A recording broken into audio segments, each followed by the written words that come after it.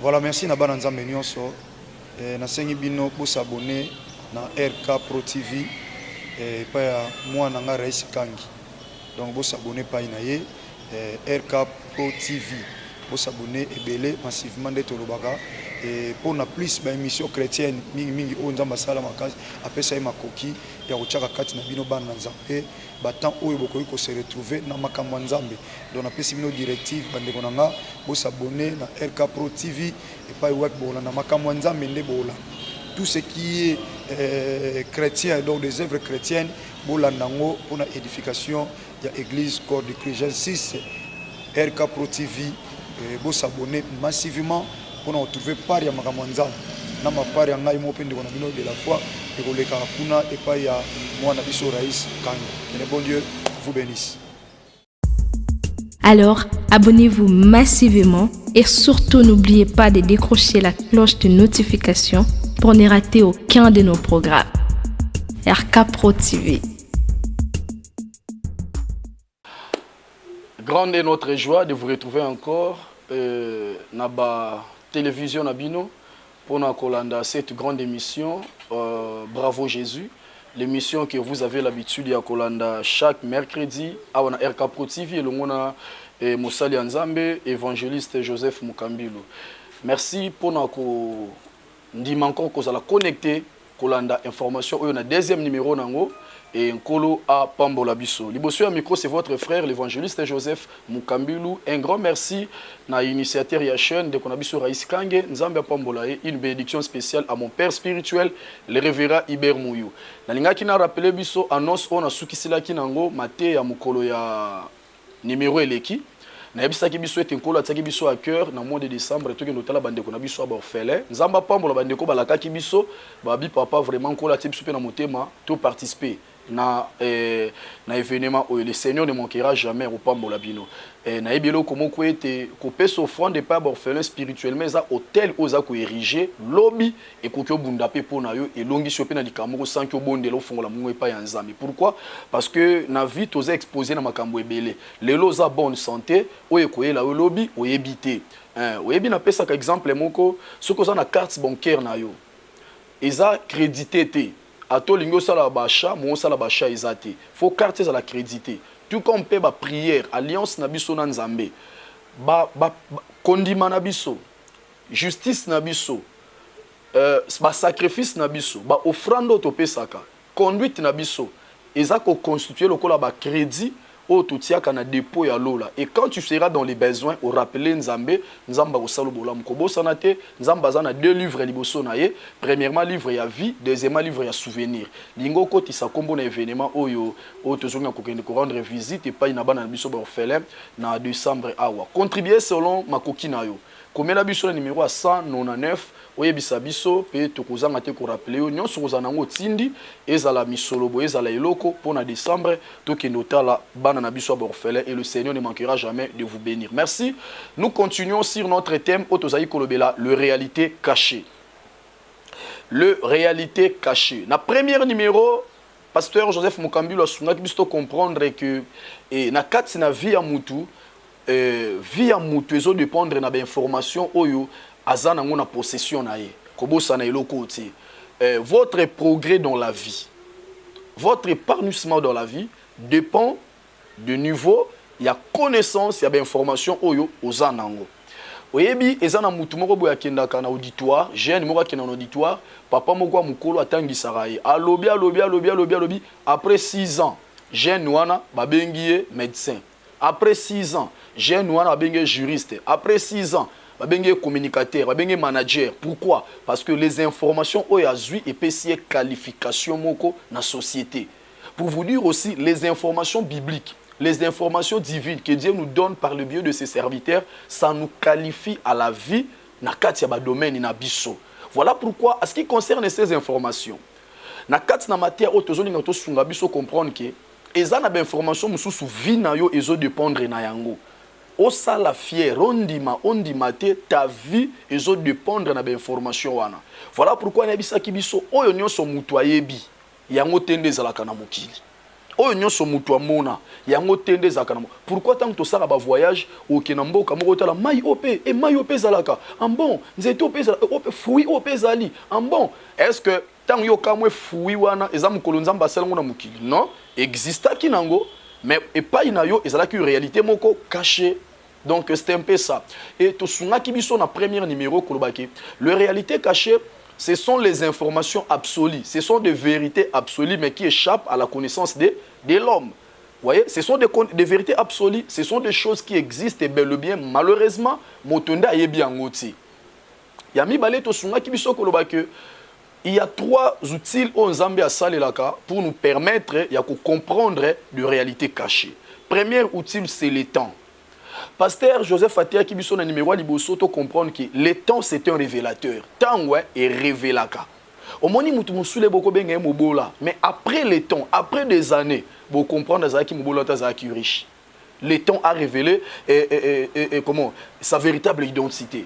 Mutu musu boko benga elelo aza célibataire, aza pardon, stérile, mais après des années, nzamba pesi mwana. Ne bo comprendre oyebi bato yo bazalaki ba camarade ya maman Sarah. Lorsque Sarah avait 60 ans, suivi ba mi koufela ba kendaka na penser que non camarade na bango Sarah zara stérile. Mais biso bato to tangi histoire à Sarah après des années, tu peux comprendre Sarah n'était pas comment Sarah n'était pas restée stérile. Abanda qui cause la stérile, mais après nzamba pesi mwana pona koloba mais bien dans le Seigneur avec le temps. Li solo na yo koki ko beta mamena ndenge mosusu na kanisa ki zola ngolo bata me abe place ozali avec le temps li solo na yo ekoki beta mana ndenge mosusu lelo ba beta atanga te azana valeur te banda kenda sala kanini lelo bazo beta famille na ye mutu abimisa mutu azate yebisa bango temps eza révélateur eloko nzamba bombelo ya motuya asala na bomoi na yo atia ngo na emballage ya temps my god zo sala nga ba bien. Na lingena loba eloko motu ya nzamba bombi ya salila yo atango na emballage ya temps. Hein libala na yo nzamba atango na emballage ya temps. Santé na yo a lobby nzamba atango na emballage ya temps. Kimia na yo progrès na yo stabilité no ya lobby nzamba atango na emballage ya temps. C'est que ça na temps moko ekoya nzamba ko fungola ba ko comprendre les vraies natures oyo ezalaka yo ya solo. Oyo nzamba atakati no ya solo. Soki onde na pamboli loba ta me ya bien. Sunganga subozo na mobali na bana na yo yebisa nzamba bombela biso makamala muna tangu na yango.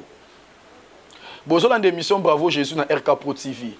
Plus de ça 43 89 72 48 199 nde numéro nanga. Komela biso siko na WhatsApp na numéro wana privé nyonso benga biso to répondre yo si vous avez besoin de conseils, orientation, topé prière.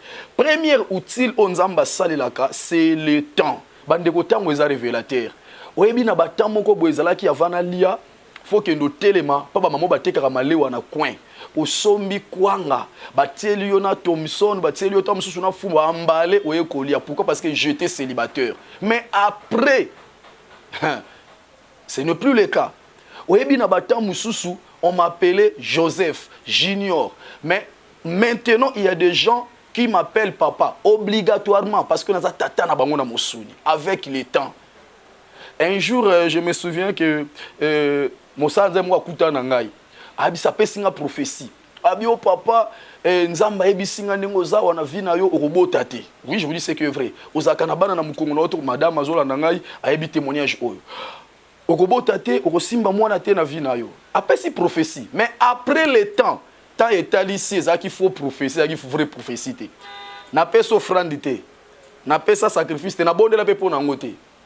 Na yoka na ngaka na tiena mutu eleka na ngobong mais après le temps est ici prophétie wana ezaki nango ya vrai te ezaki ya faux ba ya ndoto ni baloteli yo prophétie ni ba pesa yo balobani ni pona libala na yo tikela nzamba sala makambu na temps na ye après le temps o comprendre balote ki mutu kokufa na famille na yo mais mutu akufi na été bosilisi 2022 après le temps balobela yo libala wana mobali wana robota na basi ebele mais après le temps bako comprendre que bolingo ezo matatika li fidèle na yo tina liwa après le temps bako comprendre makambo o mekaka o sala o eshua na temps nango o forcer temps o tindi etekami o sombi o tindi o ko fonga pourquoi parce que soki ozo sala makambo na temps na yo makambo etambolaka na vitesse moko incroyable avec une faveur remarquable. Est-ce que tu peux dire amen be place ozolanda biso?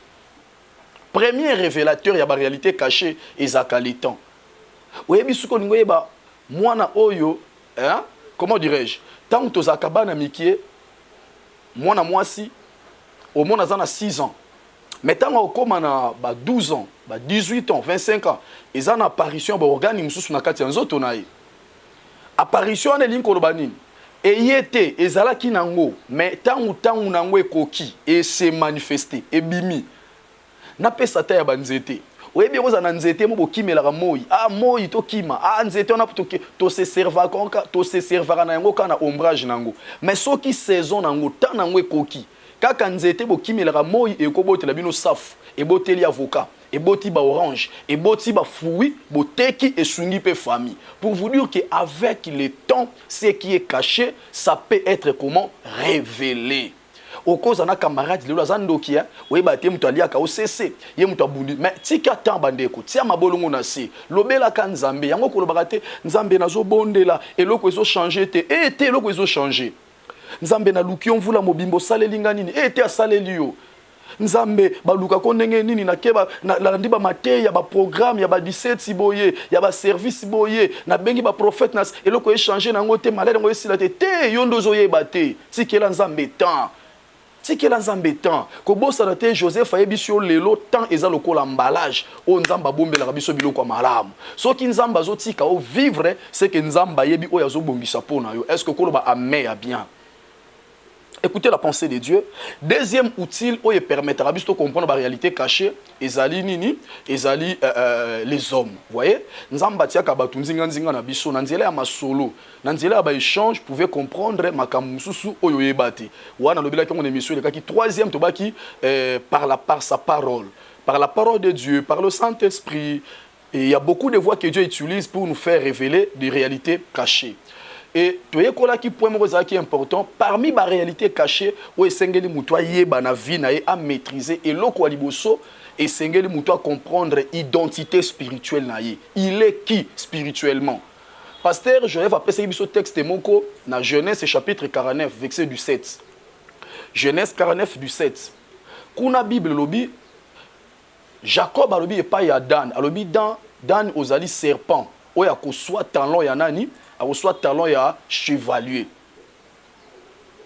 Kaka na Genèse wana Jacob a bengi mwana na ye Benjamin loup. Kaka na Genèse wana Jacob a bengi mwana na ye Judas lion. Cela veut dire quoi? Soki otali bango boye baza batu. Mais Jacob azomona identité spirituelle bango za lié na totem, eza lié na caractère ya banyama oyo atangi kombo. Na kokende plus loin na mokanda na Éphèse. Na acte plutôt, Paul alobini abi, j'ai combattu avec le bête de l'Éphèse. Est-ce que bazala ki banyama? Non, bazala ki batu. Mais caractéristique na bango spirituel, totem na bango bazo refléter bonyama. Tant Paul a bengani molimo zali kati na mona mwaso, molimo bengo molimo apito. Est-ce que ça ki nyoka? Non, ça ki nyoka te mais manifestation, incarnation, ya nyoka, ya ba caractère ya nyoka kati na mona mwaso. Ya. Ozobondela nzambe pona libala, ozobondela nzambe pona maladi wana, ozobondela nzambe ti lelo zo resirte, ozobondela nzambe ozana elengi ya vite, batunde balula kayo, ya na biso voyager, ya na biso bala, ya na biso silisa classe, e wana docteur na biso famille, e wana avocat na biso famille, bo simba ete wana pasteur na biso famille, e wana jika na biso famille, wana femme d'affaires à famille, wana marketeur na biso famille, batunde balula kayo, mais yo moko na kati na yo tu es dérangé à ton intérieur. Vous avez l'impression comme si rien ne marche dans ta vie. Avant de poser nanya bundi saranga, tata mwasi na biso, noko na biso, mobali na bala, na lingina zongi sa yomi tuna na nungana zalaka, nani, pona nini. Joseph ayebisi biso, l'homme est le reflet de ce qu'il est en esprit. Mutuaza reflet ya oyazaka ka na molimo zalaka, nani.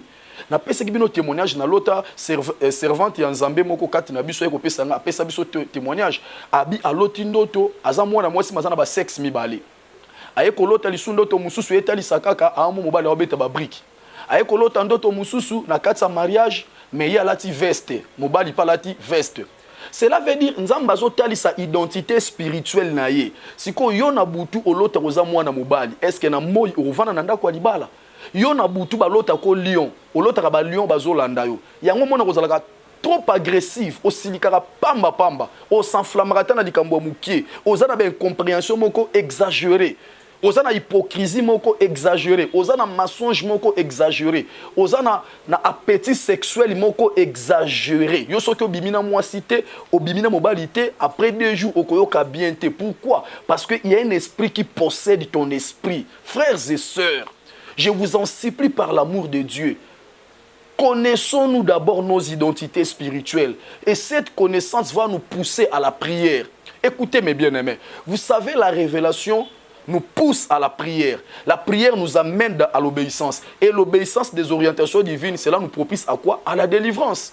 Si vous n'avez pas la révélation, comment vous allez prier? Vous savez, bande qu'on a vu so mingi tozo mona lobo kwa nzambe te poto bonde la ka vaiki vaiki. Ozano na sijete, omiyebite ozanani na molimo. Prière moto ozo tinda moto epa ya nani, ozo pikola esprit nini, ozo kabwana na lien, na totem, na réclamation, na possession, envoûtement, mauvais sort, hôtel, ezanini, au juste ezanini. Voilà pourquoi Bible dit bozo senga bozo zoate po bozo zoa malamuté. Oyebi tant Pierre a fixé moi na moi so misu à comprendre que kati na eza na esprit, a bengani esprit o eza kati na. Je vous donne encore un exemple. Yesu Masi azo tambola, ayebisi ba yekoli abi mikole koya na mwana na moto kokufa. Pe sima 3 jours akosekwa. Yoka Pierre a dit, ekosalamate, donc à s'opposer. Qu'est-ce que Jésus a dit? Arrière de moi Satan. Pourquoi Christ n'a pas dit arrière de moi Pierre? Cela veut dire que Jésus a compris, il y a un esprit satanique qui vient de s'incarner à qui? À Pierre. Cela veut dire que Jésus a identifié l'esprit qui s'est manifesté en ces instants-là, na kati na Pierre, ne bengani yango. Tant mon problème est comme pas mobali na yo, na vie na yo, faut comprendre d'abord sous sa problème oyo, ezana esprit nini po bengana ngo malamu. No kite, o bandara botina ba action de grâce pa ba pasteur, ba requête pa ba pasteur. Comment na prophète eleki na internet, olandi ozu numéro. Omoni abimi lelo, olandi, omoni oyazana mafuta, olandi, oya mouchoir olandi po omiyebi nanu te. Oye information oye etali yo mutozo lela yo mutozo mona neti vi makambo zo simbate ozo prier mes progrès zate nzamba pesinga na yebisa yo eloko ya liboso miyeba oza nani na vie ozalaka nani na vie spirituellement tu es qui bandoto muso lotaka etali saka oyo zali en esprit. Ah oui, bandoto muso lotaka zo tali saka tu es qui réellement en esprit bandeko ezana mutu mususu abi papa ngana lotaka ndoto na fulu na lotaka ndoto na fulu bande ko nzamba pambola baba zana mbongo mais so tali vi na désordre quand ndeti mutu alibuma ya tsaka rouge à lèvres ya vert plante ya orange manzaka ya rouge na makolo ya bleu donc atako tu multicolore ngo ezala me bongo te na ndaku na yeba rideau ezala ka nengwana nengwana ndaku bi ko classer te. Pourquoi? Spirituellement on ne se manque pas na ba réalité spirituelle ba yaya, on ne se manque pas na ba réalité spirituelle. Na lota papa moko za mosali ya nzambe na loti alati sentir mais sentir on eza ya poswanya mate za poswa mbwa na yebisiye a considérer angote mais après bané a sentate mais mbala moko te ma senta mbala ebele. Pourquoi? Parce que on ne se manque pas na ba réalité spirituelle. Muto loteli ndoto yo mbala moko te sans effet au sale matin na condamner yango. Oui, par la foi to condamnaka. Mais après ko condamner yango na ba déclaration, nous rentrons dans la présence de Dieu, to zwa ka soin ya ko prier pour nango et loko liboso ya mibale na se comporter d'une manière responsable pour makambo ba lotelinga et la tanzoto te. Est-ce que ba ame muto zo landa biso? Toujours dans l'émission Bravo Jésus na RK Pro TV ezope samana évangéliste Joseph Mukambilu ko ça na té opération na biso ya ba orphelin to ke kotala ba orphelin na décembre awa soki nzamba tie à cœur ko contribuer na ya mukioza nango komela biso na numéro wana to ko représenter na ba famille wana nzamba ko na ka misala na yote po ba acte ya bongo ebundela ka batu male nazo ke na suka na pesa biso texte oyo e kopambola biso nazana mokanda na Juge chapitre na yango 14 verset 5. Juge 14, verset 5. Bible. Samson descendit avec son père, sa mère, à Timée. Lorsqu'ils arrivèrent aux vignes de Tiména, voici un jeune lion rugissant vint à sa rencontre. L'esprit de l'Éternel saisit Samson et Samson, sans avoir rien à la main, Samson déchira les lions comme on déchire un chèvre. Que Dieu bénisse sa parole. Je parle sur de réalité spirituelle et Sengeli Moutou, Ayeba. Ici, on nous parle de Samson. Regardez la vie de Samson, regardez la vie de Samuel. Vous allez voir qu'il y a des points communs.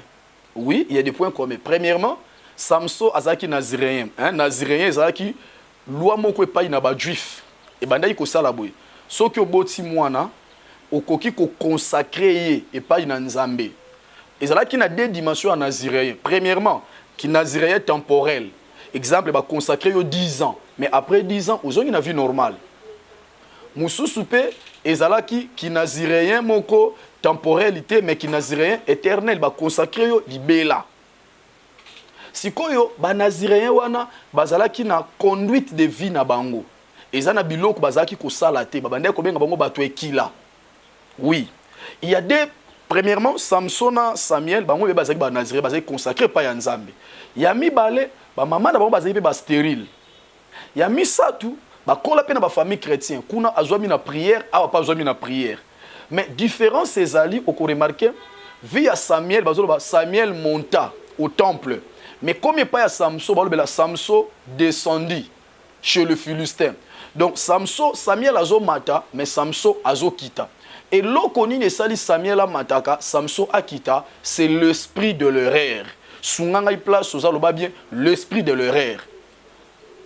Cela veut dire Samson azala qui habitait avec l'esprit de l'erreur. Écoutez, na koyebi sabi swango lelo nazo ko introduire esprit erreur wana et na numéro la prochain numéro na ko pe sabi so ba détail nango comment est-ce que agissaka et comment est-ce que ko déranger destiné pe vie à mutu. Écoutez la pensée de Dieu. Samson avec ses parents babani ko kenaye nanani na kotika kendobala. Nzoka selon loi ba naziréen akokyo ba l'étrangèreté, selon loi akokyo ba l'étrangèreté, mais ba papa ba accompagner. Yami balé selon loi ya ba naziréen sacrificateur ako simba cadavre été ezala ebemba mutu ezala ebemba nyama sacrificateur asimba raté mais ba papa ya Samson batiki mwana bango asimba lion akufa ba accompagner na dot c'est que ba papa na bango ba faciliter erreur wana oui komaki na vie ya nani na vie ya Samson awa na fongola parenthèse ko ebisa biso papa oza responsable ya vie ya mwana na yo. Maman ozape responsable ya vie ya mwana na yo. Makambo yo moni nzamba pekisa kotinda ya salate pour azan Europe. Kotinda ya salate pour culture na bango autorisé. Il y a des choses eza autorisées na culture, eza autorisé na ba société na biso, mais eza interdit na parole de Dieu. Lorsque vous êtes là avec ta fille, avec tes fils, il faut kotala oyo eza autorisé na Bible. Na oeza interdit na Bible. Voilà pourquoi Bible obino mokanda Corinthiens tout est permis mais tout n'est pas utile. Tout est permis mais tout n'édifie pas. Ba para ya Samson bangonde ba kumba Samson na nzela wana ya mabe.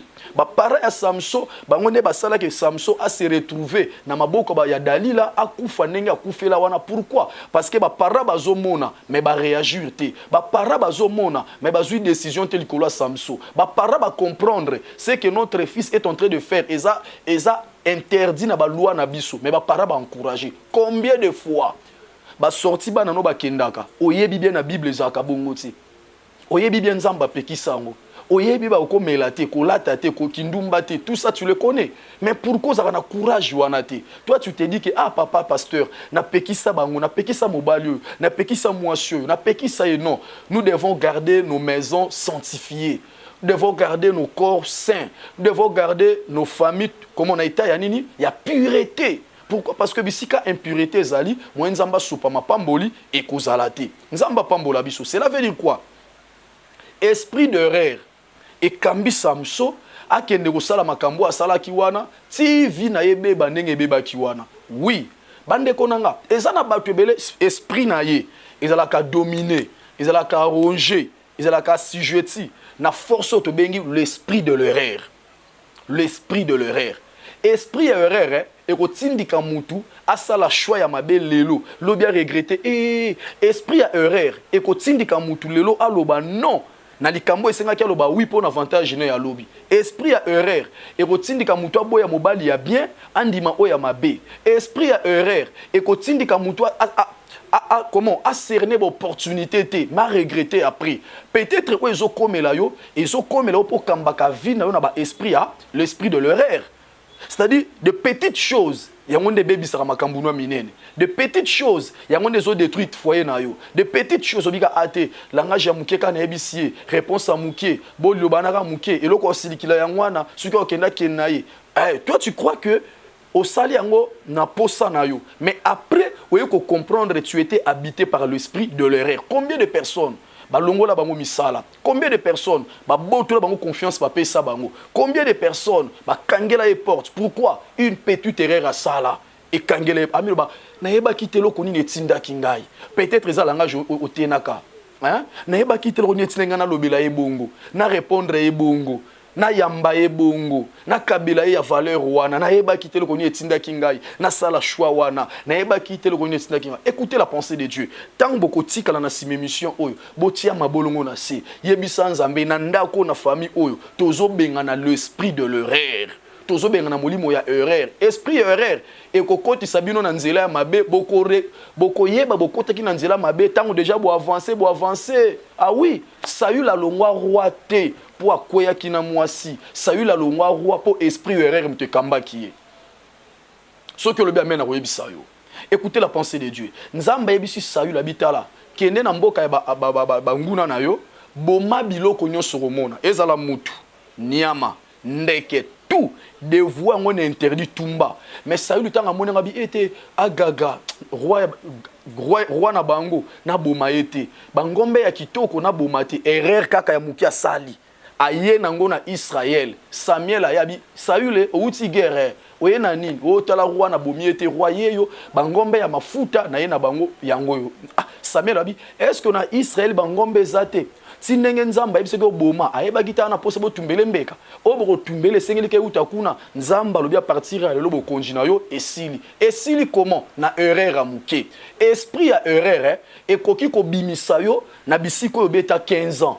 Erreur amuke babengani yo, erreur amuke porte kangami, erreur na langage, erreur na réaction na yo, erreur na comportement, erreur na choix au sali, erreur na décision, erreur na volonté na yo. Bandeko l'esprit de l'erreur. Ba mama bazomona au moins nazo sa les amabe, mais esprit erreur elati bango batika simba nyama. O esi akufa o nzamba pekisa. Peut-être pe na vie na yo, o sala makambo nzamba pekisa. Lelo zo lela. Kobota nanga pasi, libala nanga pasi, mais esprit erreur etinda yo. Olia mbongo ya mobali wazana mwasi na ye. Tango mwasi wana lela bimisama ya misu. Oyebi likamuni ofongola porte pour na vie na yo. Soki ekomela yo, koyoka sonite. Soki ekomela yo, obima na mwasi ya mutu, obima na mobali ya mutu. Benganga na téléphone, on peut so ba prier au sala.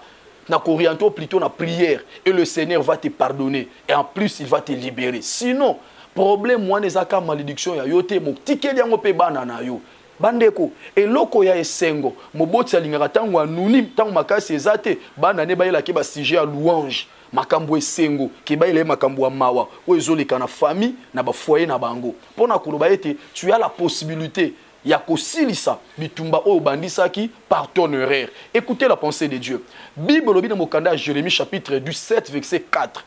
Bible dit par ta faute, tu perdras ton héritage. En quelque sorte, par ton erreur, tu perdras ton héritage. Esprit à erreur. Et qu'il faut faire perdre yo. Ma pamboli, on zambatsa na disposition na yo. Na zone di maete maté, on zambatsa na te abatunyo sote, mais na te yo muto pesa kinga litoy olandangai. Est-ce que oyo zomona? Et ça conséquence, il y a erreur au sala kité.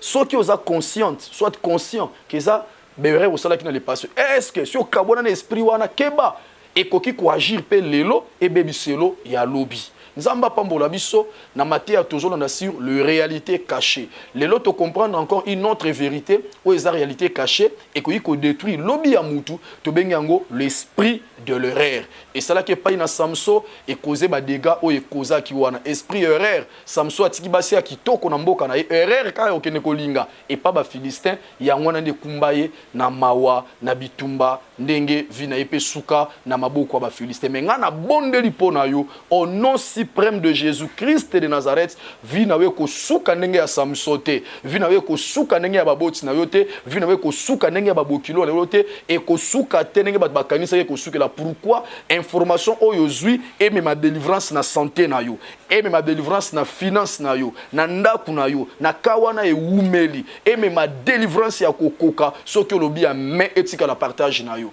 soki ozana requête komela biso na plus 243 89 72 48 199. Ce qui pose un don pour un orphelin, comment car un numéro wana yebisa biso to rejoindre en décembre to kende kotala bango nzamba pombo ba nyos balandi biso une bénédiction spéciale de biso Rais Kange et une bénédiction spéciale et à ma femme Gladys Mukambilu na pamboli Acacia Mukambilu et Jorevi Mukambilu na pamboli Divine Sika nzamba pambola bana nyos centre évangélique la voix de Dieu pe bana nyos ya CFC nzamba pambola papa Aaron le padre nzamba pambola e nzamba pambola l'homme de Dieu, le pasteur de la foi, pasteur Jean-Paul Mayat, encore la Pambola, et Banagnon, sur notre père et aussi mon père spirituel, le révérend Iber Mouy. Ce qui est sous Massia Nazareth à Zongite, Tokute na numéro Ekoya. Ciao.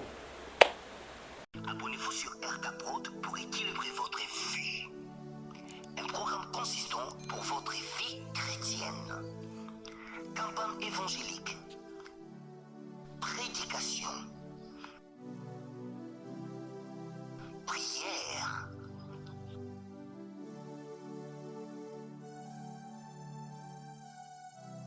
Enseignement biblique, divertissement,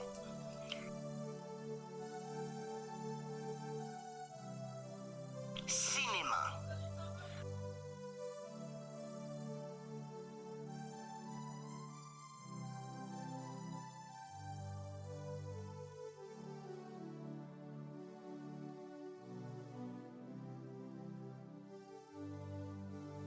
musique. Alors, abonnez-vous et n'oubliez pas de décrocher la cloche des notifications pour être informé à tout moment. RK Prod TV.